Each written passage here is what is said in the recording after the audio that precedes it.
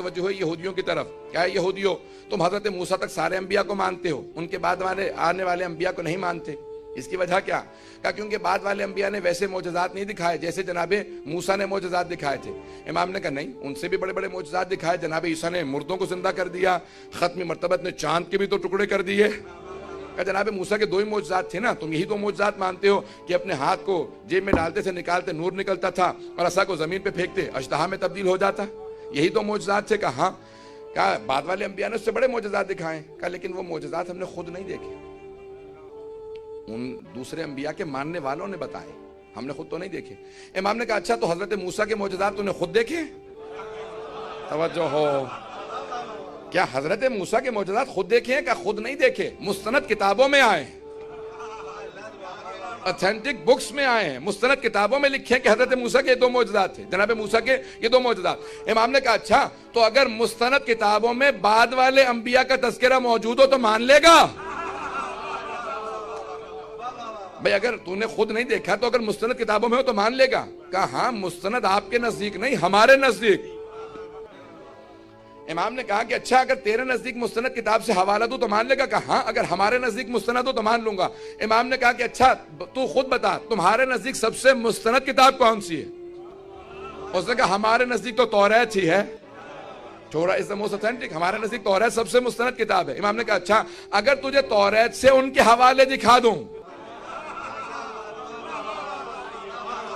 تو مان لے گا؟ کہا کہ ہاں ضرور مان لوں گا۔ امام نے کہا ذرا پہلے مجمع کو بتا دے میری توریت کی تلاوت کیسی ہے، ذرا توریت کھول۔ وہ بہت دور کھڑا تھا، اس نے توریت کو کھولا۔ امام نے کہا تیرے دائیں طرف جو صفحہ ہے اس کی پہلی سطر یہ ہے آیت کی تلاوت میں کرتا ہوں، مجمع کو بتا میری عبرانی کیسی ہے۔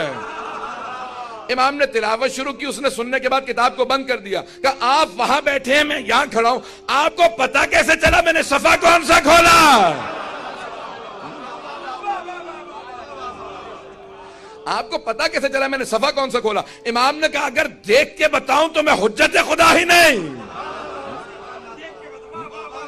میں بغیر دیکھے بتا رہا ہوں کیونکہ حجت خدا۔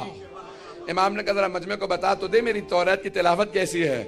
اس نے کہا میں گواہی دیتا ہوں یہ توریت ہم سے بہتر جانتے ہیں، ان کی توریت کی تلاوت ہم سے بہتر ہے۔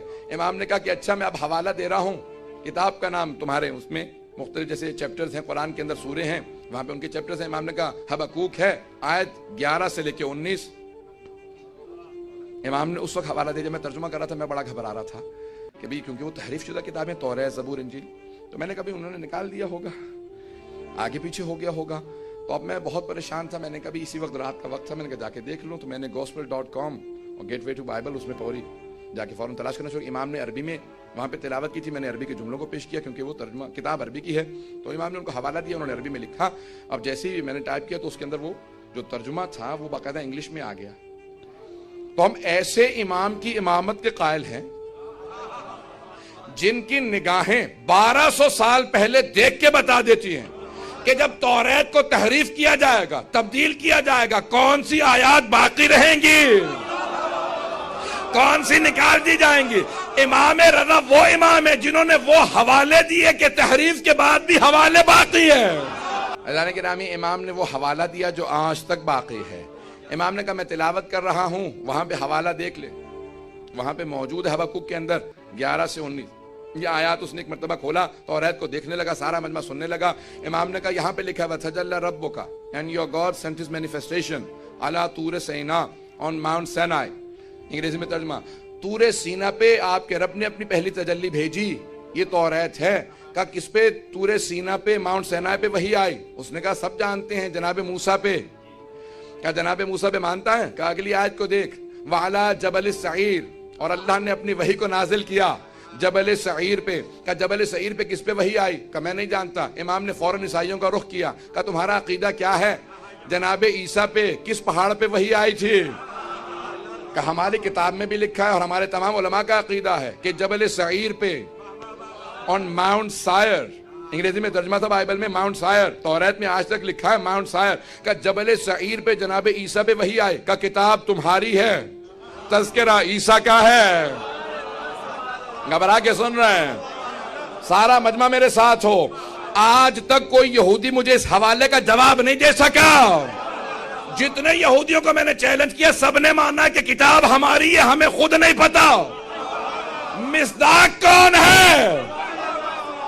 یہ امام رضا کا چیلنج ہے، میں نے پیش کیا۔ اب آئیے ذرا امام نے پیش کیا کہ اگلی آیات کی تلاوت کر، وَتَجَلَّى رَبُّكَ، اور اللہ نے اپنی آخری وحی کو نازل کرنا ہے، علی جبل فاران، انگریزی میں ترجمہ تھا آن ماؤنٹ پھیرن، فاران کو ماؤنٹ پھیرن کا آخری وحی جبل فاران پہ آئے گی۔ کہا جانتے ہو جبل فاران کون سے پہاڑی سلسلہ ہے؟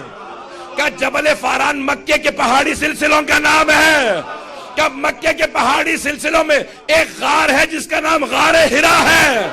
کہ سوائے محمد مصطفیٰ کے کسی نے دعویٰ نہیں کیا، کہ سوائے ہمارے نبی کے کسی نے دعویٰ نہیں کیا مجھ پہ غار ہرا میں وحی نازل ہوئی ہے۔ کہ غار ہرا جبل فاران میں ہے۔ ایک مرتبہ اس نے کتاب کو بند کیا، کہ یہ آپ کو سارے حوالے ہماری کتابوں کے کیسے یاد ہیں؟ امام نے کہا ذرا آگے چل، اور بھی لکھا ہے اس آخری نبی کو موسیٰ سے نسبت ہوگی، ان کے وصی کو ہارون سے نسبت ہوگی، جیسے موسیٰ کی زوجہ نے ان کے وصی کے خلاف خروج کیا تھا ویسے آخری نبی کی زوجہ ان کے وصی کے خلاف خروج کریں گی۔ جیسے موسیٰ کے 12 وصی تھے آخری نبی کے 12 وصی ہوں گے، ان میں یہ صفات ہوں گی، یہ خصائل ہوں گے، یہ فضائل ہوں گے۔ کیا آپ کو کیسے پتا؟ امام نے کہا جو معجزہ تو کہے گا میں دکھاؤں گا۔ کیا کیسے دکھائیں گے؟ کہ ان 12 میں سے 8واں میں ہو۔ جس معجزے کو تو کہہ دے گا میں وہ معجزہ دکھاؤں گا، ان 12 میں سے 8واں میں ہوں۔